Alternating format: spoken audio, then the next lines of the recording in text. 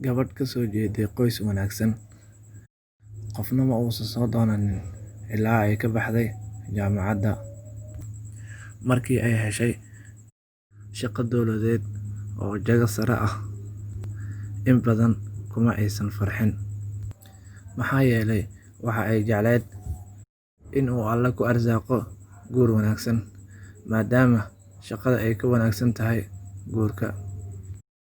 Markii ay murugteeda la wadaagtay hooyadeed, hooyadii waa ay dhoola caddaysay, waxayna u sheegtay in ay badiso istikfaarta, weliba habeenkii thuluthka dambe. Waxayna u sheegtay in uu Alle u rumayn doono waxyaabaha ay ku riyoonayso, maxaa yeelay Nabigeena wanaagsanaa, naxariis iyo nabadgelyo korkiisa ha ahaatee, waxa uu yidhi: qofkii laazima istikfaarta, Ilaahay waxa uu ciriiri kasta ugu yeelaa meel uu kaga baxsado, murug kasta oo haysana waa uu ka kor yeelaa, waxa uuna Alle ka arsaaqaa meel uusan ka filanaynin. Gabadhii waxa ay bilowday in ay Alle bariso, in badanna ay istikfaarsato. Waxa ayna Alle ka ballan qaaday haddii uu ku arsaaqo nin wanaagsan in ay adeeci doonto. Markii ay da'deedu ay gaadhay 28 sano oo ay ku soo guuleysatay darajada loo yaqaan Masterka, waxaa soo doontay nin Alle ka cabsi badan oo da'diisu ay gaarayso ilaa 30 sano. Waxa uu u sheegay in uusan u diideynin in ay shaqaysato oo ay dhakhtarad noqoto, haddii shaqadeeda iyo waxbarashadeeda aysan ka hor imanaynin danaha guriga. Aad ayay ugu faraxday arrintaas, guurkiina waa uu qabsoomay. Markii laga joogay guurkooda 2 sano, waxa ay qaaday uur, iyadoo diyaarinaysa dhakhaatiirnimadii. Ninkeedii ma uusan dhibin iyada, ee guriga waxa uu keenay jaariyad si ay u qabato hawsha guriga, markaas kadib ay xaaskiisa firaaqo u hesho in ay iska akhriso casharadeeda. Markii ay dhashay xaaskiisa, waxa uu guriga keenay hooyadiis si ay u hayso carruurta yar. Gabadhii waxa ay gacanta ku dhigtay shahaadadeedii dhakhtarnimada, kadib Alle waxa uu ku arsaaqay canugeedii labaad. Dhowr sano kadib, haweeneydii waxa ay madax u noqotay ilaa 50 shaqaale oo iyada hoos taga. Arrintaas waxa ay ka yeeshay mid mashquul badan, mararka qaarna waxa ay guriga u soo qaadan jirtay warqadaha shaqada si ilaa habeenkii saqda dhexe ay ugu shaqeyso guriga. Labadii carruur markaas waxa ay ku jireen dugsiga hoose, waxayna u baahnaayeen barbaarin hooyo, maadaama aabbuhuna uu ahaa mid ku mashquulsan shaqadiisa. Sidaas darteed, ninka waxa uu xaaskiisa u sheegi jiray in gurigeeda uu xaq ku leeyahay.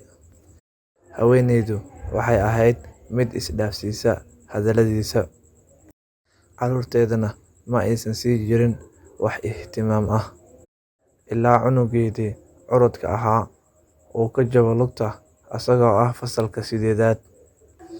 Aabbihina waxa uu shaqadiisa uga soo tagay si carruurtiisa u siiyo waqtigiisa oo idil, waxa uuna la joogay wiilkiisa dhaawacnaa ilaa uu ka soo fiicnaaday. Haweeneydana maalin kasta wax ihtimaam ah ma aysan siin jirin carruurteeda ilaa inay shaqadeeda u cararto mooyee. Ninkii waxa uu nasteexeeyay xaaskiisa si deganaansho ay ku jirto, waxa uuna ka codsaday in waqtigeeda ay u kala qaybiso shaqada iyo carruurteeda. Haddii aysan taas dhicinna, waxa uu ku handaday in uu furi doono. Laakiin waanadii iyo handadaadii midna ma aysan qaadanin. Aabbihii waxa uu hooyadiis iyo carruurtiisa ka codsaday in ay isku diyaariyaan safar dheer. Waa uu soo kaxeeyay, waxa uuna u soo waday xaafad aad uga durugsan meeshii ay joogeen. Waxa uuna hooyadiis ka codsaday in ay siiso telefoonkeeda si ay safarka ugu raaxaystaan. Haweeneydii marka ay guriga imaatay, waxa ay 20 jeer wacday ninkeeda iyo hooyadiis. Nasiib daro, qofna telefoonka ma uusan uga jawaabin. 2 maalin kadib, waxaa telefoonka ka qabtay ninkeeda. Waxay ahayd mid naxsan, hadalkeeduna ay ka muuqato oohin fara badan. Ninkeedii waxa uu u sheegay in uu asaga go'aansaday in uu ka fogeeyo hooyadiis iyo awlaadeeda si ay u dareento maqnaanshahooda. Waxa ay ka codsatay in uu u sheego meesha ay joogaan. Ugu dambeyn, waa uu u sheegay. 2 saacadood kadib, waxa ay soo istaagtay hortiisa, waxayna ahayd mid ooynaysa oo u cudur daaranaysa.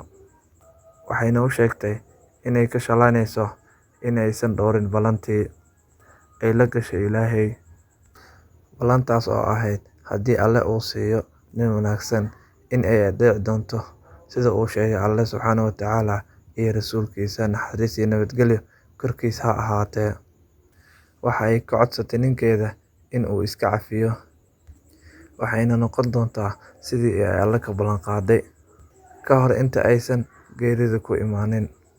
وأوفوا بالعهد إن العهد كان مسؤولا وأوفوا الكيل إذا كلتم وزنوا بالقسطاس المستقيم ذلك خير وأحسن تأويلا ولا تقف ما ليس لك به علم إن السمع والبصر والفؤاد كل أولئك كان عنه مسؤولا ولا تمش في الأرض مرحا إنك لن تخرق الأرض ولن تبلغ الجبال طولا كل ذلك كان سيئه عند ربك مكروها ذلك مما أوحى